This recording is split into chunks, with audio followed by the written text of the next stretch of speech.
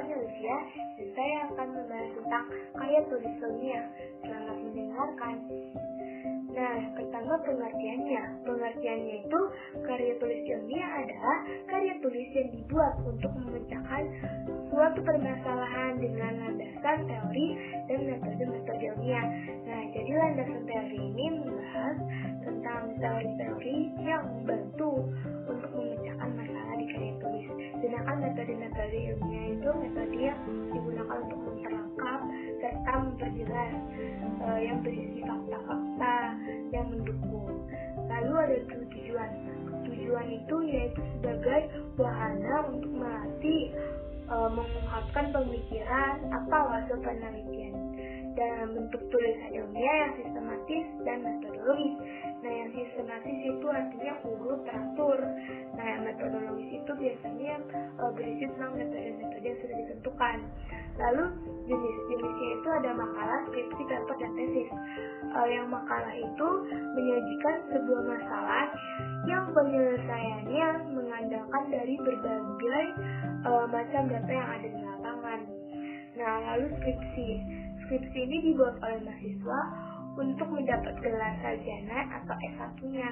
Nah, skripsi ini membuat tulisan yang berisi tentang pendapat yang mengacu berdasarkan teori yang sudah diterbitkan sebelumnya.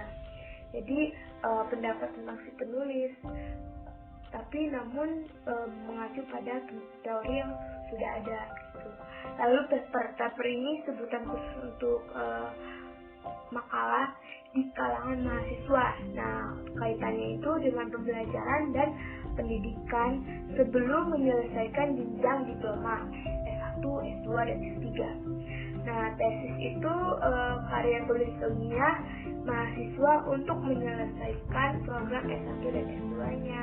Jadi ini biasanya karya tulis akhir yang digunakan oleh mahasiswa.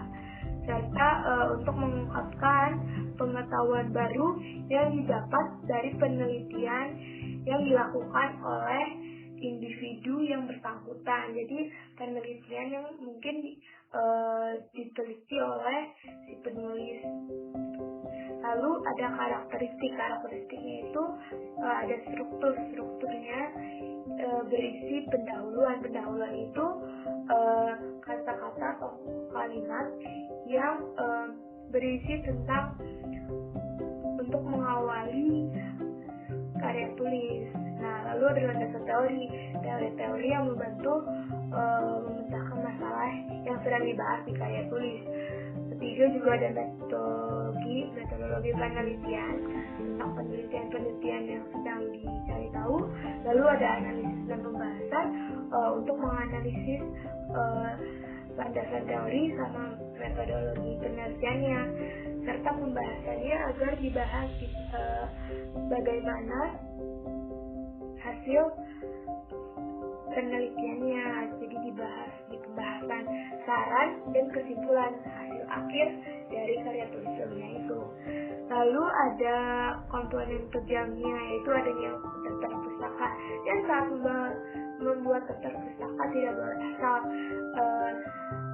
Website-nya juga harus website terpercaya, sumber terpercaya, tidak boleh yang hoax gitu, karena sangat merugikan pembaca. Lalu juga penulisannya dalam bentuk citasi. Nah, bisa juga ada juga sikap penulis. Sikap penulisnya itu objektif, yaitu menyajikan karya tulis berdasarkan fakta dan data.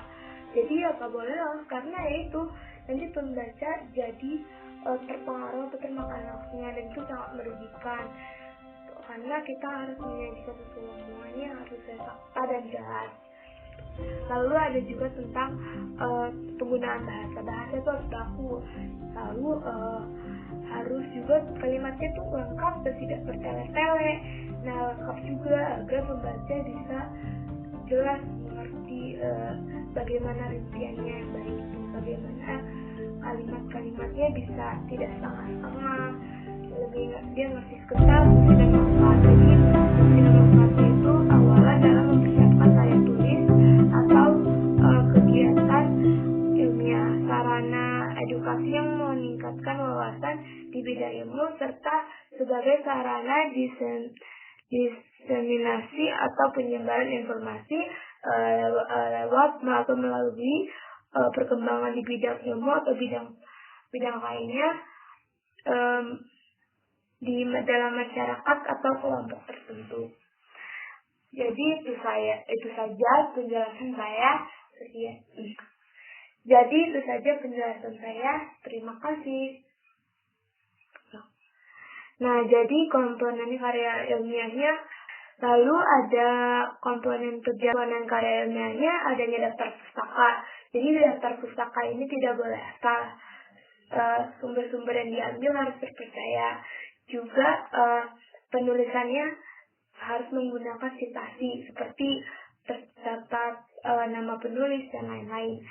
Lalu ada sikap penulis harus objektif, menyajikan karya tulis berdasarkan fakta dan data. Jadi harus terpercaya, tidak boleh hoax, karena kalau hoax sangat merugikan pembaca. Lalu penggunaan bahasanya harus bahasa baku, lalu kalimatnya lengkap dan tidak bertele-tele, harus mudah dimengerti agar pembaca juga tidak kebingungan. Nah, sekarang kita masuk ke ciri-ciri karya tulis ilmiah. Yang pertama, berupa gagasan, deskripsi tentang sesuatu atau pemecahan suatu masalah. Yang kedua, pengetahuan dan teorinya berupa fakta.